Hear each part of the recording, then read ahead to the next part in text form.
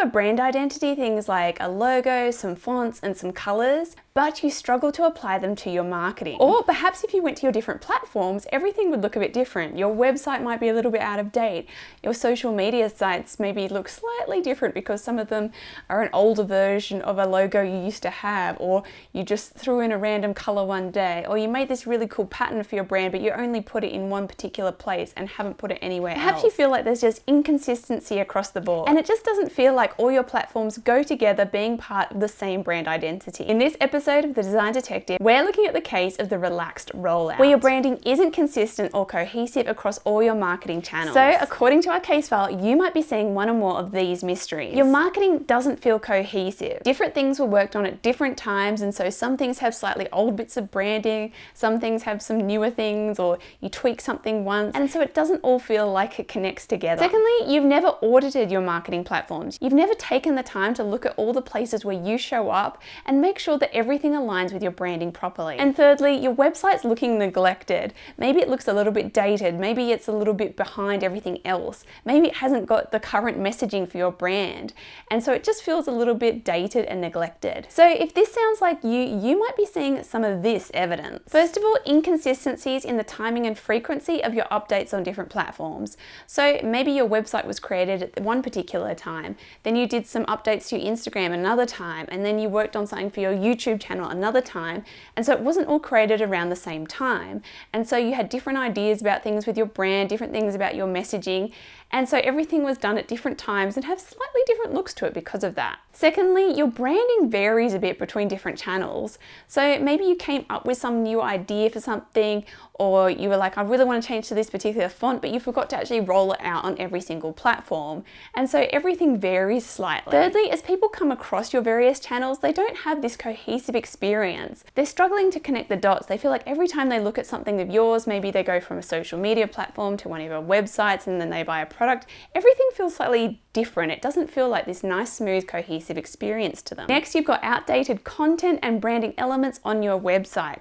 Are there things in your message that have changed that you've been putting out on social media, or different brand elements you've created and used in different places, but your website's been neglected? And lastly, there's visual and messaging discrepancies between different platforms. So maybe what you're saying is your brand message in one place, so there's something completely different in another. Maybe you made some small pivots and changes to your brand over time as you got to know your audience, but you forgot to actually make sure that you made those changes everywhere that you hang out. So maybe in the places you're most active, like a certain social media platform that you're always on, you made those changes, but you forgot to go back to things that you don't use quite as often and make sure those changes were made there as well. So to solve this case, we need to take 3 steps.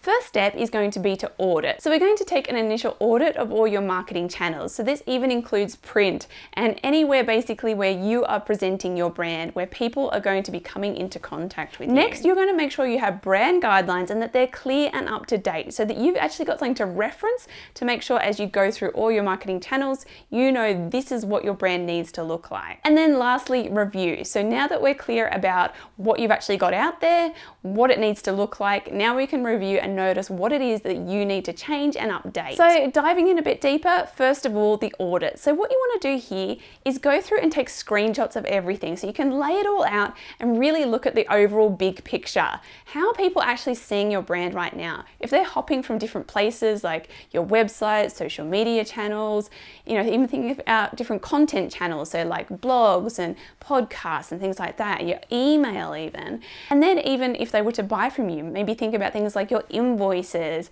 or a welcome packet, anything that people are seeing that's coming from your brand.